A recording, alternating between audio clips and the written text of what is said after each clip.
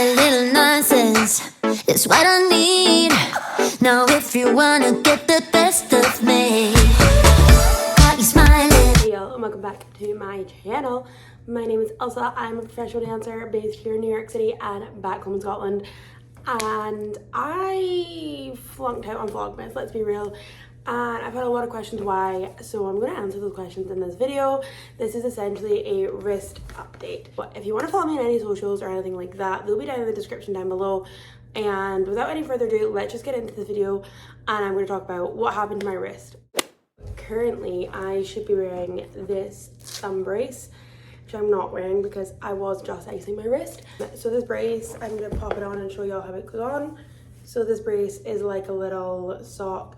You pull it up, your thumb goes through here, and then I tighten from the bottom. We wrap, center, top, and then it basically means my hand can't move past this kind of flexion. My thumb can't move at all.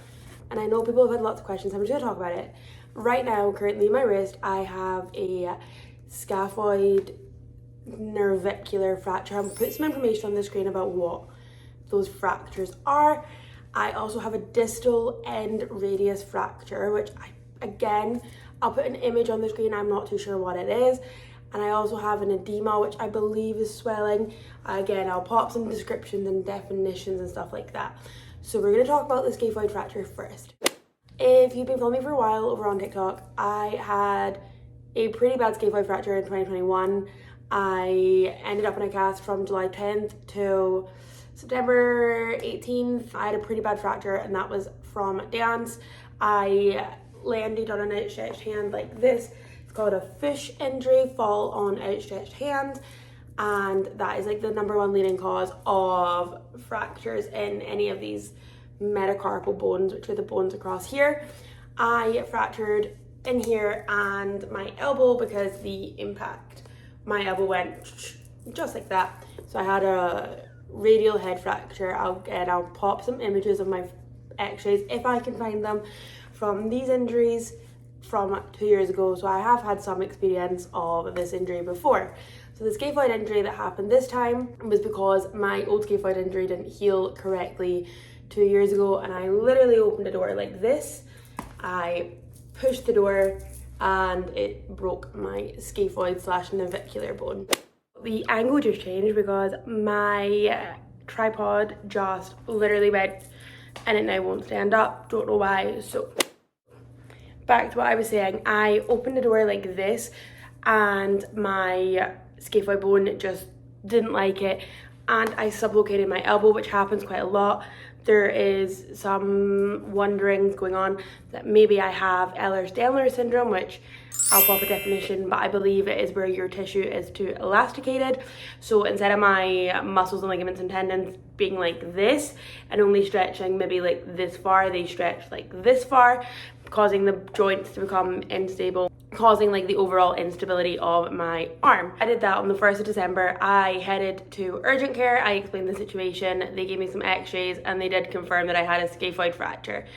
They put my arm in a half cast, so it was a panel of like plaster, paddis, like the stuff that you use to put on a cast. But it was like all wrapped up on top of each other, so they kind of just went like this. So it was like a big chunky board. They put that down the back side of my arm. Then they put a bunch of like ace bandages all around my arm to like, so that I basically did the same job as this, but with much more padding because of swelling, because they didn't want any more injury to the area. So they popped that on and I was in that for 2 weeks. Then I had to go to my ortho appointments. I headed to them and that's where they put me in the pink cast that you guys have seen. I'm gonna insert the video of them putting the cast on. It is wild. I did not know that this is how they put a cast on. So as you can see, they wrap my arm in like a stockinette and then some white cotton. I'm not really sure what it is. It feels like puppy fur, like when you get a new puppy and you like, that's what it feels like. And then they put the pink bandage on and that hardens and that like congeals and it hardens and then you can't move your arm. I had that on for 2 weeks. I was then recommended surgery, so I needed a pin put in my scaphoid bone and the other 2 fractures to be stabilized. However, This is where things start going a little bit tits up. My original surgery was scheduled for December 21st, 2023 in New York City, and we headed down to the city. We got a hotel in Harlem. It was such a gorgeous hotel, actually. Really random, gorgeous hotel. And then we went to my pre-op appointment, which we found out my surgeon had COVID, so my surgery had been postponed. We enjoyed our week in the city. We came back up here and I decided, you know what, let's just try and go to a different ortho doctor to get some further explanation, further explaining of what's going on. I went to a different ortho doctor who then discovered that I have some severe nerve damage.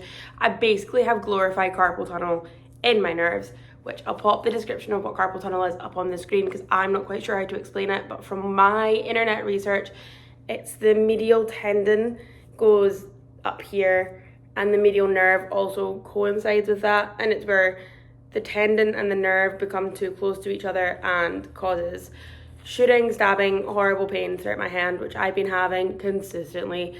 Like, they are so bad. I've had to get tramadol shots in my shoulder every 2 or 3 days and cortisone shots in my thumb every 2 or 3 days because the pain is so bad from the swelling. This can be like a side effect of scaphoid fracture, which I didn't know of at the time, and because mine went untreated for so long, it most likely is just a like symptom, like a kind of symptom of my scaphoid fracture, which is kind of shitty, to be honest with you. Like, it's really not the vibe, but it's okay. So I've discovered that that's what the part of the problem is, which means I've been going to urgent care quite literally every 3 days with worsening pain. I've had so many random symptoms. Like, I've had, my whole hand went purple, my thumb lost all sensation, I had pins and needles, I had a massive fluid bubble build from like between these fingers all the way around here, and it was literally like this big. It looked like there was a golf ball inside my hand. It was disgusting, it was gross. It wasn't for me. It was nasty. It caused so much pain. I don't have any temperature in my hand, so this hand feels significantly cooler than this hand. I have no circulation, and that, before we realized was maybe carpal tunnel, was causing massive concerns for vascular problems, so problems with my capillaries and arteries that go through my arm, which are these systems in your body that control like blood flow and stuff. We went to a vascular surgeon on this past Monday. I got a PVR test done, which is where they put blood pressure cuffs here, here, and here on both arms, hook you up to the machine, and then they squeeze systematically. So they squeeze the top one, then they release, top one, release, middle, release, so on and so forth, which I was really stressed of. I thought it was going to be the worst pain I've ever felt in my life, and it was actually all right. But it turns out my blood flow is perfectly fine, but the vascular surgeon did say that I really needed surgery for the scaphoid fracture because all of these symptoms are like part of the parcel when you have a pretty bad scaphoid fracture, which apparently I do. And then on Tuesday we saw a nerve specialist who has booked me a nerve study test, which again, from my research, they put little tiny needles in your arm and send like electric shocks down your arm to see which nerves are firing up properly and which nerves aren't firing up properly, which is super duper fun. So I'm getting all of those tests done this week. The nerve test is scheduled for Monday, and then I'm seeing my surgeon again on Monday, and hopefully by that point we can have a surgical plan. The plan is to cut this tendon to give the nerves more space, to allow the nerves to come fully through my hand, which is apparently supposed to give you a lot of relief if you have carpal tunnel syndrome, which we think I do have. And then it's also to stop this thumb from getting numb. We're also going to put a pin in my scaphoid bone, just like this, and that should also keep my wrist stable because I've had this issue for 2 years. And then there's something happening with my elbow, but that's why we're getting more tests.